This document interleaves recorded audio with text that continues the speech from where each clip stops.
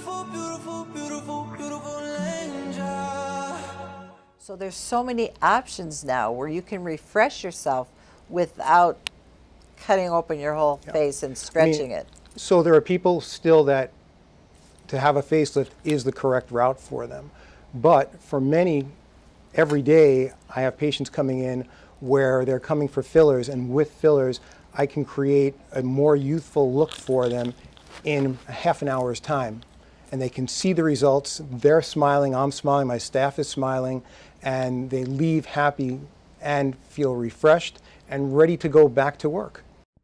Want to see and learn more? Well, you can watch the full episodes with Dr. Mark Berkowitz and Jackie Kallen by searching Accent Your Beauty on YouTube or by going to newradiomedia.com, where you can catch our newest episodes every Wednesday night at 7 p.m. Eastern Standard Time. Be sure to like, follow, and subscribe to our social media pages to keep up to date with our tips and ideas on how to be the more beautiful you.